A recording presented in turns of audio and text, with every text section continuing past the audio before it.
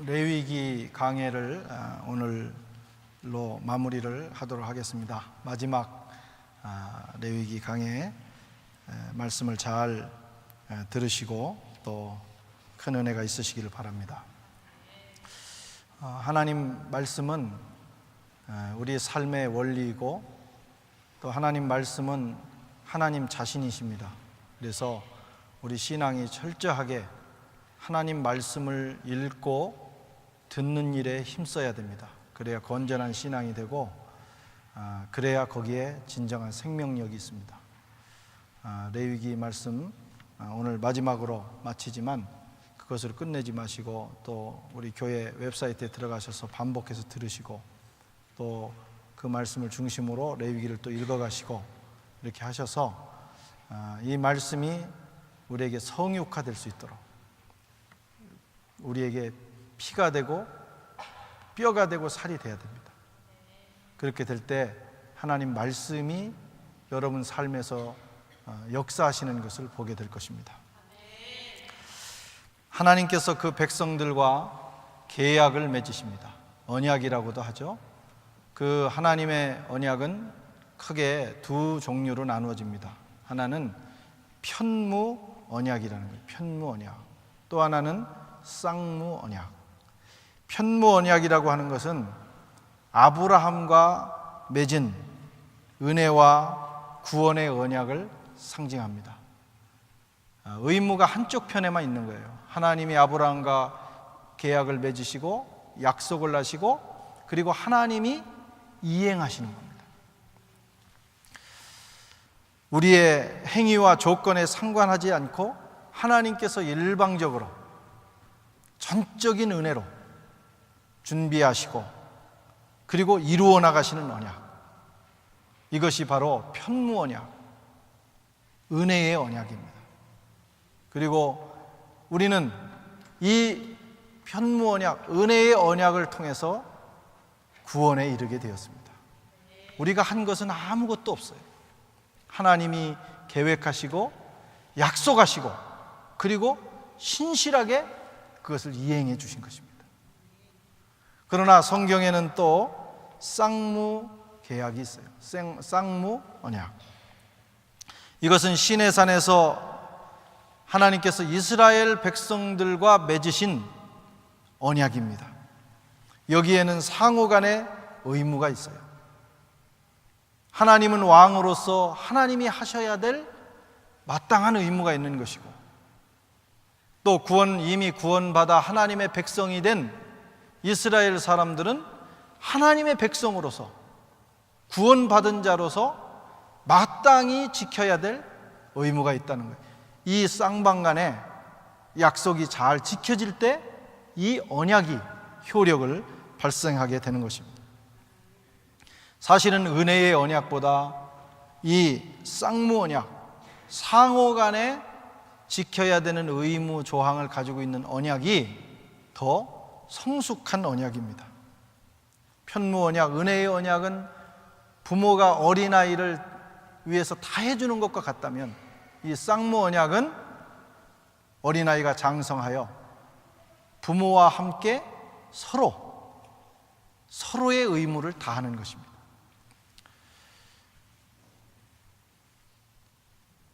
그것을 하나님께서 저와 여러분에게도 요구하십니다.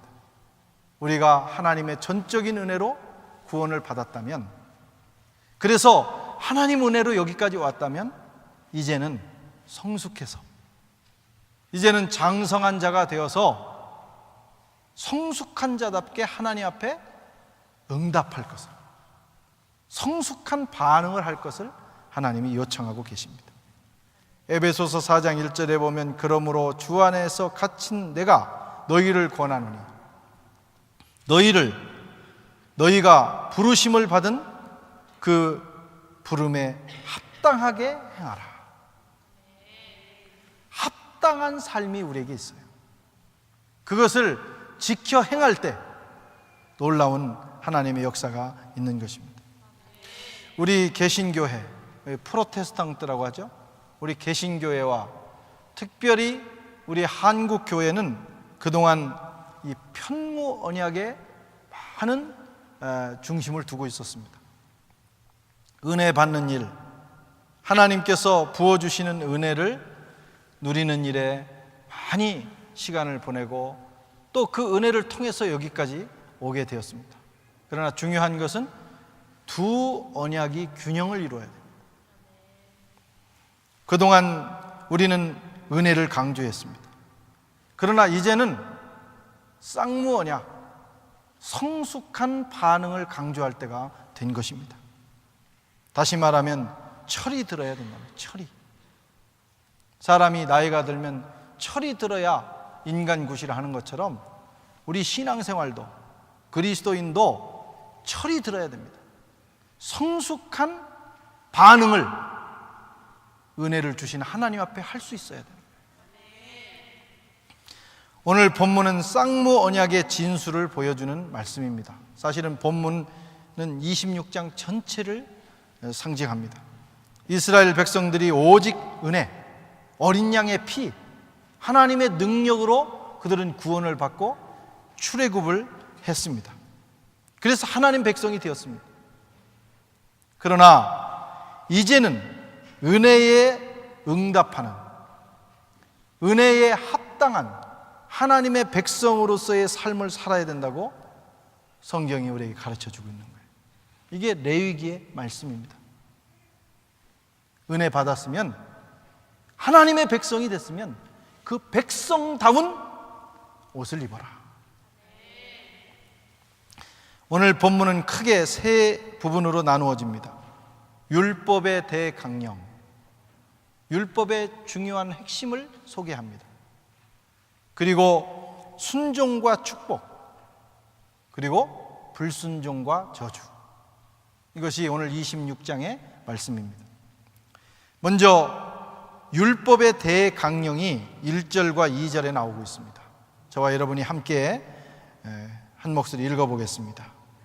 너희는 자기를 위하여 우상을 만들지 말지니 목상이나 주상을 세우지 말며 너희 땅에 조각한 석상을 세우고 그에게 경배하지 말라. 나는 너희 하나님 여호와니라. 너희는 나의 안식일을 지키며 나의 성소를 공경하라. 나는 여호와니라.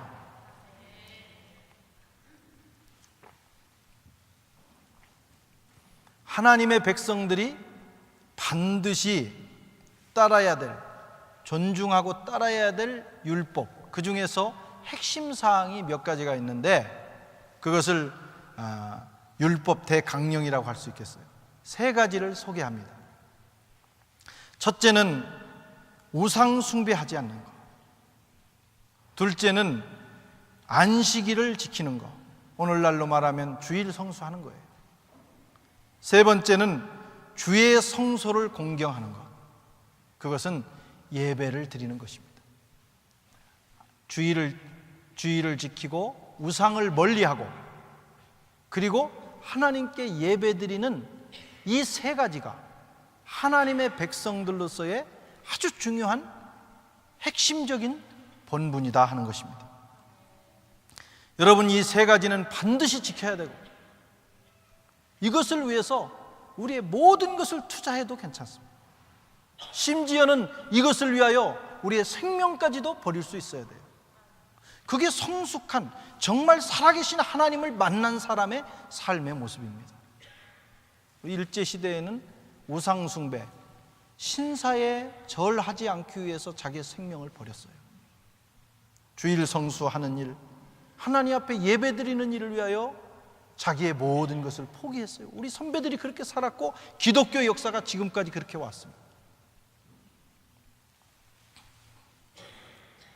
이 세 가지를 지켜야 됩니다. 반드시 지켜야 돼요. 그래야 하나님의 약속이 우리에게 이루어지는 거예요. 이 세 가지가 흔들리면 다 흔들리게 되어 있습니다. 이것은 운동의 기본기와 같습니다. 태권도를 하는 사람에게 중요한 것은 품새예요. 품새. 아주 지루할 정도로 품새를 반복합니다. 그리고 나서 이게 된 다음에 대련을 붙어야죠. 저 태권도는 잘 모르지만 우리 여기에 태권도 또 사범이 앉아 계신데 아마 맞을 거예요.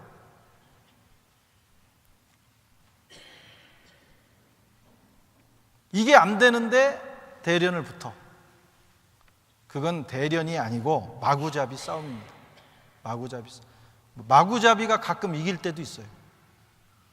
그런데 그것은 옳지 않은 겁니다.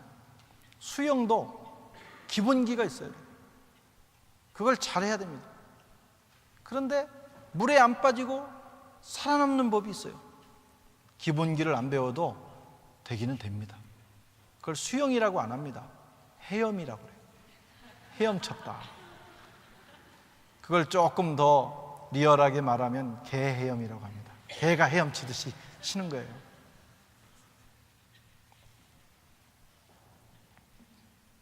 신앙생활을 그렇게 하면 안 되는 거예요.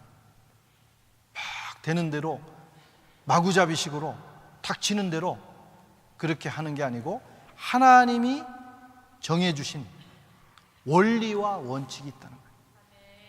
그것을 잘 존중하고 어리석을 만큼 존중하고 나가면 그때부터 신앙생활의 역사가 일어나는 것입니다. 기본기, 하나님의 백성들의 기본기, 우상을 숭배하지 않는 겁니다. 하나님의 나를 존중하는 겁니다. 그리고 늘 예배 중심의 삶을 사는 거예요. 여러분, 이 세 가지를 철저하게 존중하면 나머지 하나님의 말씀은 자연스럽게 지켜나갈 수가 있어요. 그런데 이것이 흔들리면 다른 것도 흔들립니다. 지킬 수가 없어요. 이 세 가지는 핵심적인 사항이에요.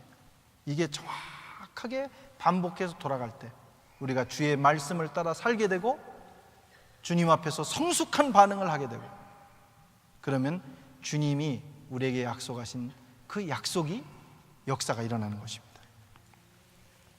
두 번째로 오늘 본문은 순종과 축복에 대해서 말씀을 하고 있습니다. 순종과 축복. 하나님의 말씀을 존중하면서 특별히 이 세 가지를 철저하게 지키면서 살아가면 하나님 쪽에서 이제 역사하시겠다는 거예요. 이게 순종과 축복입니다.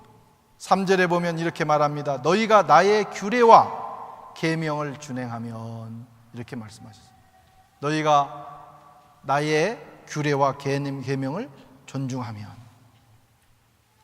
구원은 은혜로 받습니다. 그러나 이것은 구원의 문제를 얘기하는 게 아니에요. 이스라엘 백성들이 이미 출애굽했어요. 하나님 백성이 됐어요. 지금 말씀하시는 것은 축복의 문제입니다. 하나님이 은혜로 구원받은 후에도 하나님이 우리를 위해서 예비하신 그 축복을 누리지 못하는 사람들이 있어요. 근데 어떤 사람은 하나님이 예비하신 축복을 풍성하게 누리다가 가는 사람도 있다, 이런 말씀입니다. 이 세상에 살면서 우리 인생이 누릴 수 있는 축복이 있습니다. 하나님이 예비하셨습니다. 그 백성을 위해서, 그 자녀들을 위해서 하나님이 놀라운 은혜를, 놀라운 계획을 세우셨습니다. 그런데 중요한 것은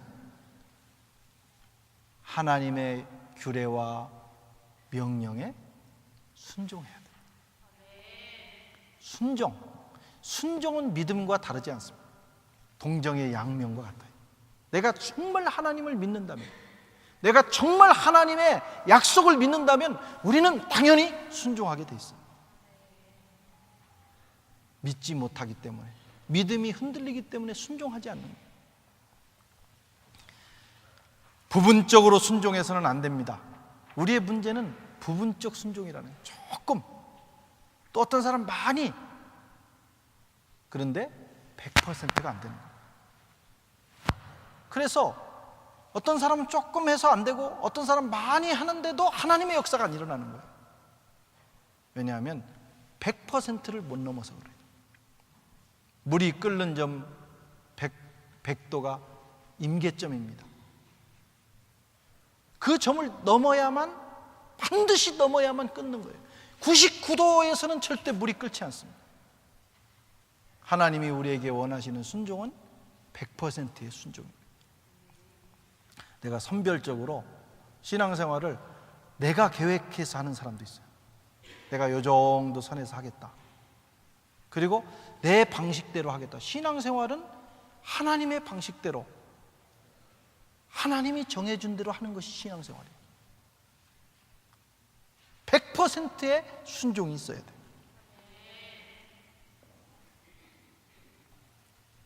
이것은 우리 쪽에서 해야 될 일입니다. 저와 여러분이 기왕 하나님을 믿었으면 한번 100% 순종을 해보십시오. 절대적으로 하나님을 신뢰하고 내 인생을 맡기고, 그리고 하나님 말씀을 아주 전적으로 순종하는 그런 결단을 해보십시오.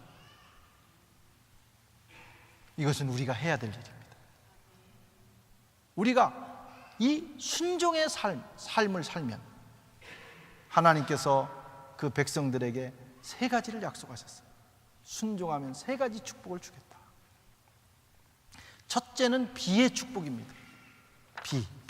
4절 말씀을 함께 읽어보겠습니다.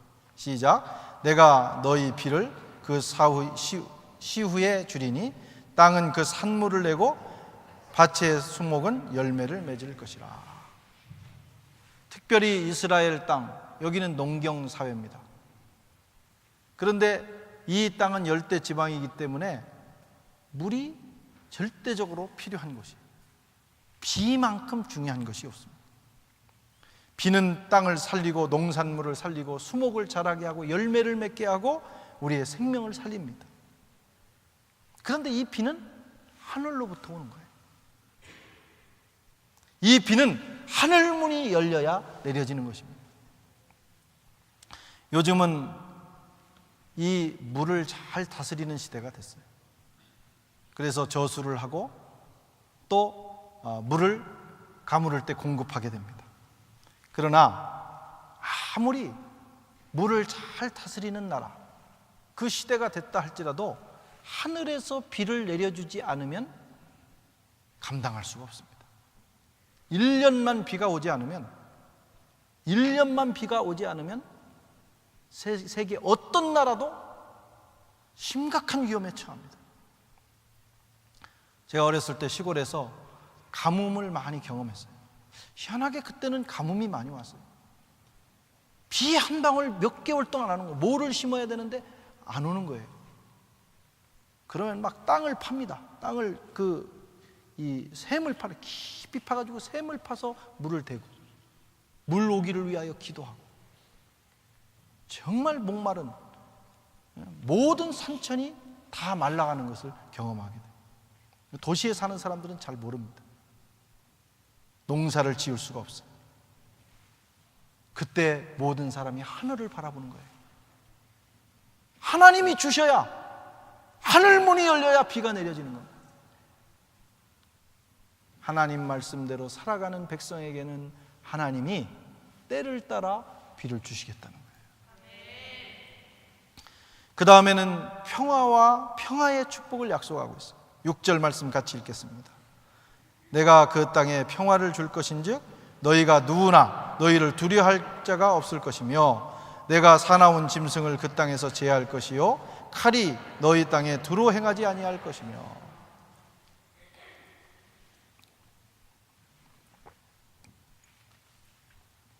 여러분, 평화가 얼마나 중요한지 아시잖아요. 마음의 평화. 마음의 평화가 없으면 아무것도 못합니다. 잠도 못 잡니다. 어떤 것도 할 수가 없어요. 집중할 수 없어요. 가정의 평화가 없으면 거기가 지옥입니다. 나라의 평화가 깨지면 국민들은 불행해집니다. 그런데 이 평화는 사람이 만든다고 되는 게 아니라는 거예요. 사람은 평화를 만들기 위해서 모여서 회의하다가 열받고 돌아가는 거예요. 더 심각한 불화를 가지고 갑니다. 여러분, 평화도 하나님이 주셔야 돼요. 우리 마음에, 가정에, 국가와 사회에 하나님이 주시는 평화가 임할 때 참 평화로운 세상이 되는 것입니다. 대적, 원수, 전쟁, 이런 것들이 끊임없이 우리의 평화를 위협하고 있습니다. 특별히 전쟁은 무서운 거예요. 우리는 전쟁을 경험하지 않은 세대들입니다. 그러나 전쟁의 기록이나 이런 것들을 보면 전쟁이 얼마나 잔혹하고 참혹한지를 우리는 압니다. 낭만적이지 않습니다. 소설에 나오는 것처럼 포화 속에서 이루어지는 무슨 사랑, 그런 낭만을 생각하면 안 됩니다. 처절한 피비린내가 전쟁이에요. 지금 북한에서는 정치범 수용소를 더 많이 만들고 더 늘리고 있다고 합니다. 이 김정은이 자기 정권을 안정시키기 위해서 가두고 고문하고 죽이고, 타일을 잘못, 이 바닥에 타일을 잘못 깔았다고, 아니 하다 보면 잘못 깔 수도 있는 거 아니에요? 총살시켰어요. 타일을 잘못 깔았다고 즉결 총살을 시켰어요.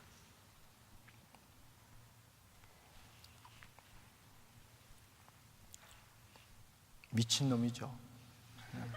어떻게 그럴 수가 있겠어요? 자기 고모부가 정책의 반론을 제기했다고 연금시키고 그 주위 사람들을 또 총살시켰어요. 여러분, 그런 사회에 가서 한번 살아보시겠어요? 거기가 생지옥입니다. 우리는 너무 쉽게 생각하지만 거기서 사는 사람들은 생지옥이에요. 먹을 것이 없어서 가뭄이 한참 들었을 때는 자기 자식도 잡아먹었대요. 자기 자식도. 밖에 개가 있어가지고 잡아서 보신탕을 끓여서 남편이 들어와서 먹였는데 개가 아니고 자식이 없더랍니다. 그런 심각한 인육을 팔아야 되는 그런 시대가 됐어요. 여러분, 그게 북한 사회인데, 제가 이 말씀을 드리냐면 전쟁은 이거보다도 더 참혹한 현실이라. 더 참혹해. 전쟁은 일어나면 안 됩니다. 우리뿐만 아니라 어느 사회에서도. 누가 전쟁으로부터 우리를 지켜줄 수 있습니까? 우리가 평화 협상을 한다고 되는 게 아니에요. 역사의 주관자가 붙들어 주셔야 돼요. 하나님께서 우리 민족을 지켜주시고 이 세계를 지켜주셔야 됩니다. 그래서 그런 피비린내 나는 그런 사회를 경험하지 말아야 돼요. 평화. 여러분, 이건 놀라운 축복입니다. 평화롭게 살 수 있다고 합니다. 마음과 가정과 직장과 국가의 평화. 여러분, 우리가 이것을 위해서 많이 기도해야 되고, 특별히 그것은 하나님께서 주시는 것이므로 우리가 하나님을 신뢰하고 하나님께 구해야 됩니다. 그걸 주시겠다는 거예요. 실제로 이스라엘의 역사를 보면 하나님 말씀대로 왕과 백성들이 순종할 때 하나님은 이스라엘 땅을 평화롭게 하셨어요. 세 번째는 음식의 축복을 주시겠다는 거예요. 10절 읽겠습니다. 시작. 너희는 오래 두었던 묵은 곡식을 먹다가 새 곡식을 인하여 묵은 곡식을 치우게 될 것입니다.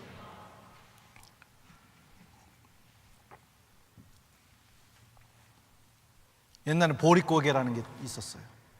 묵은 곡식과 새 곡식이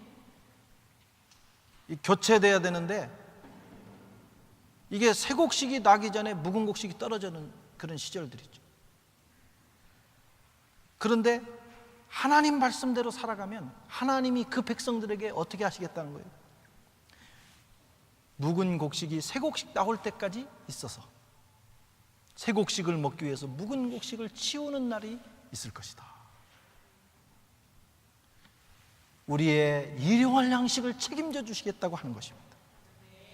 풍성한 양식을 주시겠다는 하나님의 약속이에요. 물질의 축복도 하나님이 주시는 것입니다. 저는 기복주의 신앙을 여러분들이 가르치는 게 아니에요.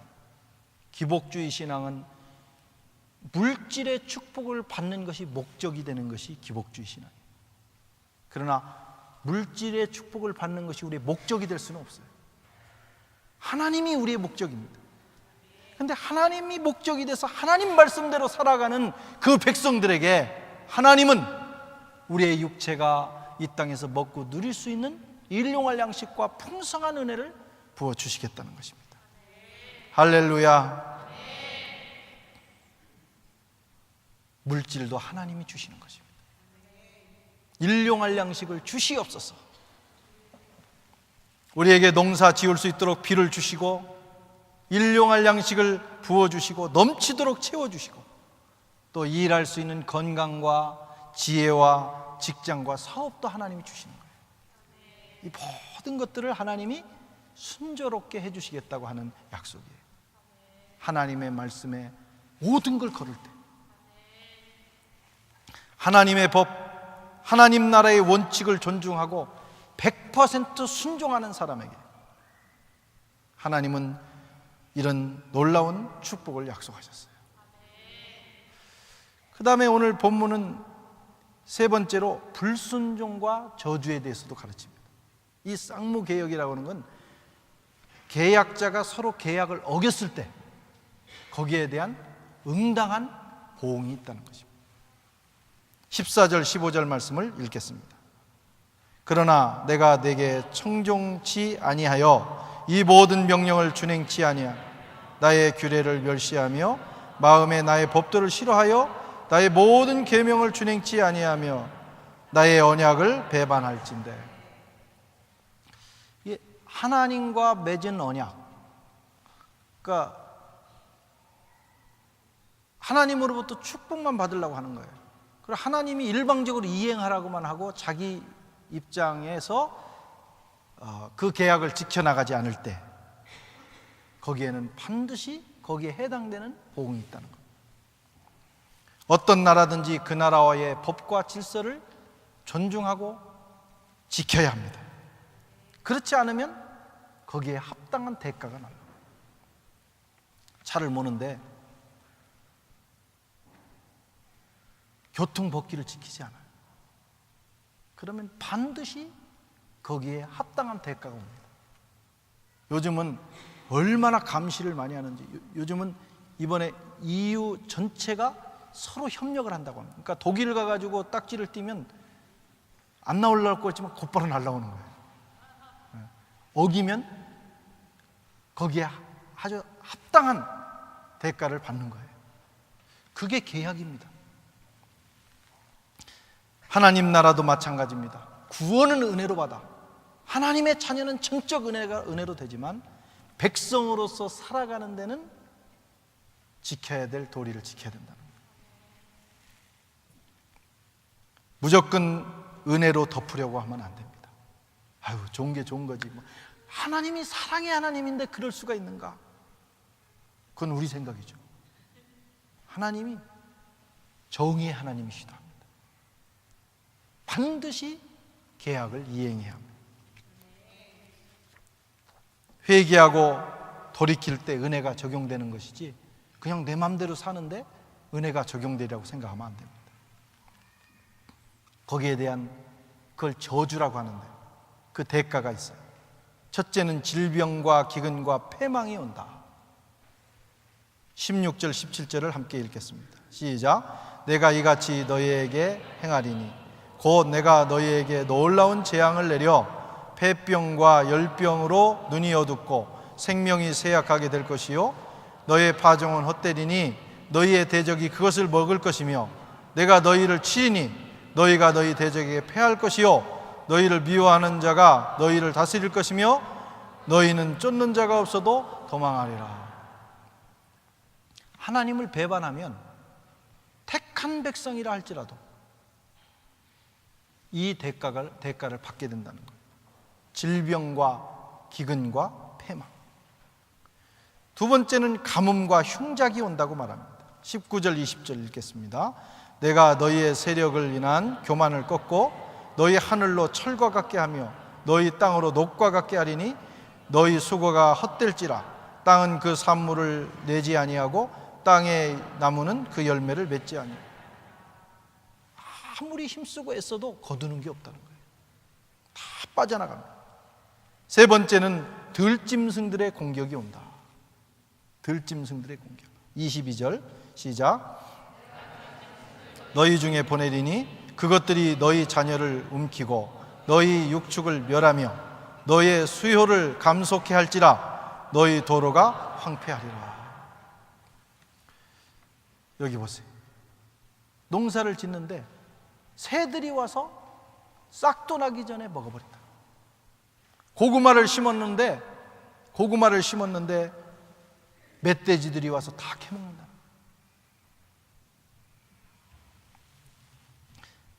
닭을 열심히 키웠는데 여우들이 와서 다 잡아먹는다. 열심히 노력은 하는데 거두는 게 없어. 지금으로 말하면 열심히 1년을 노력을 했는데 거두는 게 없어요. 거뒀다고 생각했는데 다 빠져나갑니다. 좀 모일만 하면 부도 나고 또 모일만 하면 강도만 나고 잃어버리고 날치기 당하고 잘못 투자해서 날리고 병원에 가서 다 날리고 나중에 보면 남는 것이 없는 인생이 되는 거예요. 그게 하나님의 말씀의 계약을 우리가 어길 때 그렇게 되는 것입니다. 그 밖에도 연병, 전쟁, 기근, 황폐가 온다고 말씀을 하고 있어요. 하나님 말씀을 지켜야 됩니다. 그러나 하나님은 그 백성이 저주받아 망하기를 원하는 분이 아니에요. 하나님은 저와 여러분이 이렇게 살기를 원치 않습니다. 그래서 우리가 100% 순종하려고 해도 연약해서 할 수 없는 것을 하나님은 하셔요. 그래서 하나님은 우리에게 회개의 길을 열어놓으신 거예요. 다시 돌이킬 수 있는 길, 다시 회복할 수 있는 길. 그래서 하나님은 은혜의 하나님이십니다. 40절과 42절을 함께 읽겠습니다. 그들이 자기와 그 열조의 죄와 및 그들이 나를 거스린 허물을 자복하고 또 자기들이 나를 대항하였으므로 나도 그들을 대항하여 그 대적 이 땅으로 끌려갔음을 깨닫고 그 할례 받지 아니한 마음이 낮아져서 형벌을 순히 받으면 내가 야곱과 맺은 내 언약과 이삭과 맺은 내 언약을 생각하며 아브라함과 맺은 내 언약을 생각하고 그 땅을 건거하리라. 아멘. 이래서 우리가 숨통이 트이는 거예요. 때로는 우리가 최선을 다해서 주님 뜻대로 살려고 하지만 연약한지라 넘어질 때가 있어요. 그러나 그때도 좌절하지 말라. 때로는 노력하지 않고 하나님을 배반하고 살다가 어려움을 당할 때도 있어요. 그때도 절망하지 말라. 하나님은 항상 문을 열어놓고 계시다. 집 나간 탕자를 기다리는 아버지처럼 하나님은 문을 열어놓고 계시다. 그 집으로 돌아갈 때 거기에 풍족함이 있고 은혜가 있는 것입니다. 이것이 하나님의 마음. 항상 기회를 주시고 회복의 그 길을 열어놓으시는 마음. 이것이 하나님의 마음입니다. 사랑하는 성도 여러분, 어느 나라든지 1등 시민이 있어요. 진짜 좋은 시민이 있어요. 하나님 나라에도 1등 시민이 있습니다. 성숙해져서 하나님의 뜻을 100% 순종하려고 애쓰는 하나님 나라의 백성, 하나님의 원칙을 존중하고 그대로 따르는 사람들, 그런 사람들은 하나님 나라에 약속된 그 하나님 나라의 법이 약속한 그 은혜를 다 받아 누립니다. 그리고 진짜 1등 시민이 되면 상도 받아요. 특별히 보너스도 받습니다. 우리 하나님 나라가 그런 곳 아닙니까? 그런데 어떤 사람들은 1등 시민은 못 되고 그냥 보통 평범한 시민들이 있어요. 그냥 특별히 하나님 앞에 1등 하나님의 백성이 아니라 그냥 백성. 그런 사람은 그래도 기본은 합니다. 기본은. 그런데 아주 수준이 떨어지는 백성도 있는 것입니다. 늘 잘못해서 얻어맞고 늘 감옥에 왔다 갔다 하고 가둬놔야만 되고 옥살이 겨우 면할 정도, 상을 받는 것은 고사하고 아주 위험스러운 강당한 그런 백성도 있어요. 그런 사람 평생 고생만 하다가 가는 거예요. 하나님은 우리가 그렇게 살기를 원치 않습니다. 하나님 말씀, 하나님의 기준으로 돌아가서 나를 내려놓고 이제 하나님 백성 되었으면 그분 뜻대로 한번 모든 걸 걸어보는 거죠. 그래, 천국의 1등 시민이 되면 정말 이 땅에서 성경이 약속한 대로 자자손손이, 의인이 자손이 걸식하는 것을 보지 못했다고 했어요. 나뿐만 아니라 내 후손들까지도 천대가 복을 받는 그 놀라운 축복을 누리는 거예요. 바라기는 우리 레위기를 마치면서 저와 여러분이 1등 시민이 되기를 바랍니다. 하나님이 우리를 왕같은 제사장으로 부르셨어요. 레위기는 제사장들의 매뉴얼입니다. 일반 시민들이 읽는 것이 아니었어요. 우리가 이것을 공부할 수 있는 것은 우리를 신약의 왕같은 제사장으로 부르셨기 때문에, 특별한 존재로 하나님 부르셨어요. 대신에 제사장의 삶은 굉장히 디테일한 겁니다. 마구잡이로 살면 안 돼요. 신앙생활을 정교하게 해야 돼요. 그리고 완벽에 가까울 정도로 해야 돼요. 잘못했으면 빨리 회개하고 씻고 다시 돌이켜야 됩니다.